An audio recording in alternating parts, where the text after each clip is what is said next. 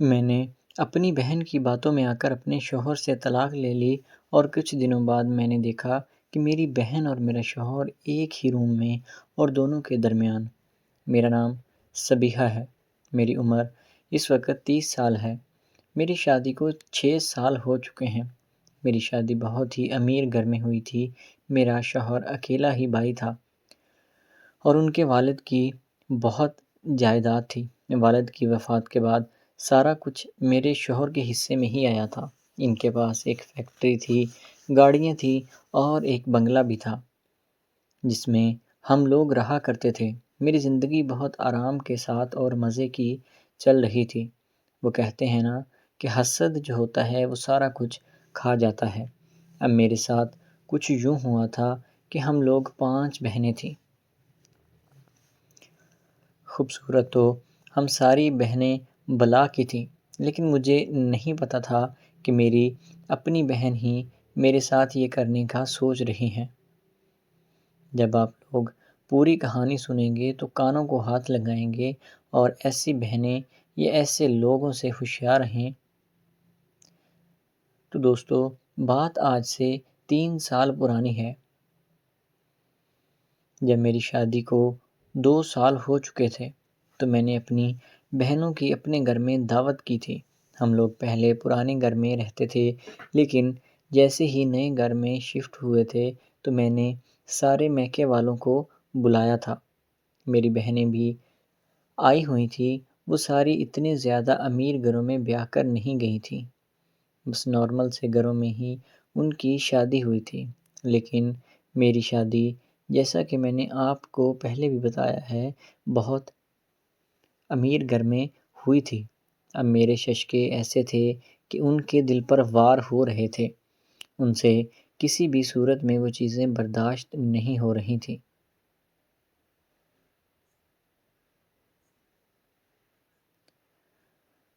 کہ یہ تو ہماری بہن ہی ہے، ہمارے ساتھ ہی پلی بڑی ہے، اب کیسے یہ اتنے بڑے گھر میں عیش کر رہی ہے اور ہم وہی غریب گھروں میں اپنی اپنی زندگی کے دن پورے کر رہے ہیں۔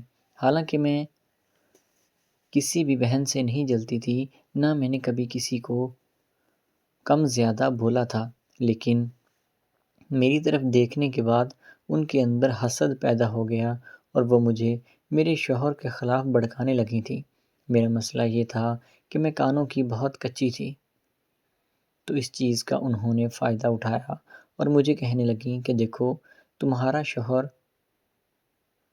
تمہارے ساتھ سچی محبت کا صرف ڈرامہ کرتا ہے، وہ تم سے محبت نہیں کرتا، سارا دن گھر سے باہر رہتا ہے، ہمیں تو لگتا ہے کہ اس نے کوئی دوسری شادی کی ہوئی ہے۔ ان کی بات سننے کے بعد میں بھی کچھ انسیکیور سی ہو گئی تھی اور مجھے بھی لگنے لگا تھا کہ شاید میری بہنیں سچ ہی کہہ رہی ہیں۔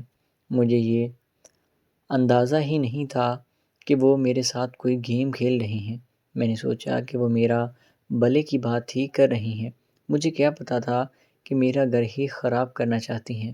میں نے ان کی بات مان لی اور اپنے شوہر پر شک کرنا شروع کر دیا تھا۔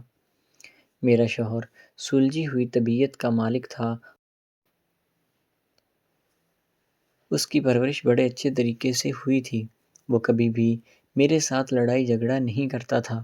جب میں نے یہ ساری بات اپنی بہنوں کو بتائی کہ دیکھو، میں نے اس سے یہ بات کرنے کی کوشش کی ہے، لیکن اس نے آگے سے کوئی ریئیکٹ نہیں کیا، تو انہوں نے مزید مجھے یہ کہا کہ دیکھو، اگر سچا ہوتا تو وہ آگے سے تمہیں جواب بھی دیتا اور غصہ بھی کرتا، لیکن وہ جھوٹا ہے، اسی وجہ سے اس نے کوئی آگے سے رد عمل نہیں دیا۔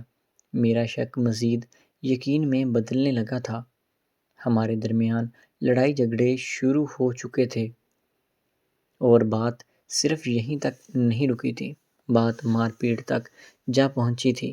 میں نے اپنے شوہر کو گریبان سے پکڑا اور انہوں نے مجھے مار کر مجھے گھر سے بھی نکال دیا اور طلاق بھی دے دی تھی، اور میں نے ان پر کیس کر دیا تھا کہ انہوں نے میرے اوپر تشدد کیا ہے۔ اب اس کا کوئی خاص فیصلہ بھی ابھی نہیں آیا تھا۔ میری بہنوں نے مجھے یہی کہا تھا کہ تم اپنے شوہر پر کیس کرو اور اس کی جائیداد میں آدھا حصہ مانگو۔ میں بے وقوف ٹھہری، مجھے یہ علم بھی نہیں تھا کہ میں تو بے اولاد ہوں اور میں کس چیز کا مطالبہ کروں گی۔ مجھے لوگوں نے مشورہ دیا تھا کہ اپنے شوہر سے طلاق نہ لو، لیکن میں اپنی بہنوں کی باتوں میں آ چکی تھی۔ مجھے کچھ سمجھ میں نہیں آ رہا تھا کہ میرے ساتھ آخر کیا ہوا ہے۔ خیر بات آئی گئی ہوگی، میرے حالات اتنے زیادہ خراب ہو چکے تھے کہ بہنوں نے بھی طلاق کے بعد مجھے سے منہ لگانا بھی چھوڑ دیا تھا۔ میں ان سے بات کرنے کی کوشش کرتی تھی، لیکن کوئی بھی میری بات سننے تک کو تیار نہیں تھا۔ جہاں میں بادشاہوں والی زندگی گزار رہی تھی، محلوں میں رہتی تھی، بینک بیلنس، گاڑیاں، سارا کچھ نوکر چاکر میرے پاس موجود ہوتے تھے۔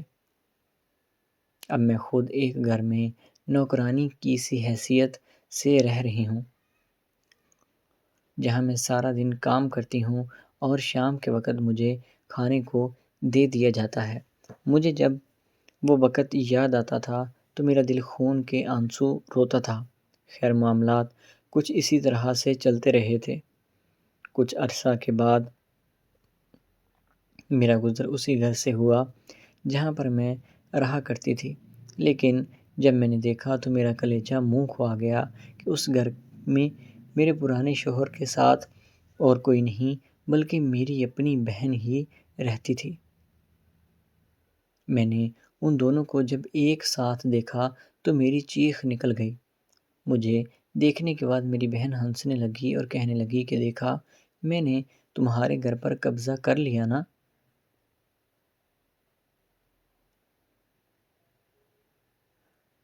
رہی تو ہم ایک ہی گھر میں ہیں، لیکن تم اتنے امیر گھر میں آ گئی ہو اور ہم غریب گھر میں تھے، اس لیے ہم سے یہ برداشت نہیں ہوا تھا اور میں نے ہی تمہارے پرانے شوہر کے ساتھ چکر چلایا تھا اور اس سے شادی کر لی ہے، اور اس سے طلاق کروانا بھی میرا ہی منصوبہ تھا۔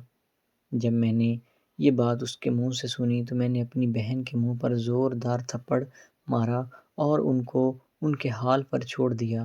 میں واپس اسی گھر میں آ چکی تھی جہاں میں نوکرانی کے کام کرتی تھی، اور دعا کرتی ہوں کہ جس نے بھی میرے ساتھ ایسا برا کیا ہے، اللہ تعالیٰ انہیں بھی اس کا صبر ضرور سکھائے۔ حالانکہ اس میں کہیں نہ کہیں غلطی میری ہی تھی کہ اگر میں ہی ان کی باتوں میں نہ آتی تو میرا اپنا گھر بھی خراب نہیں ہوتا۔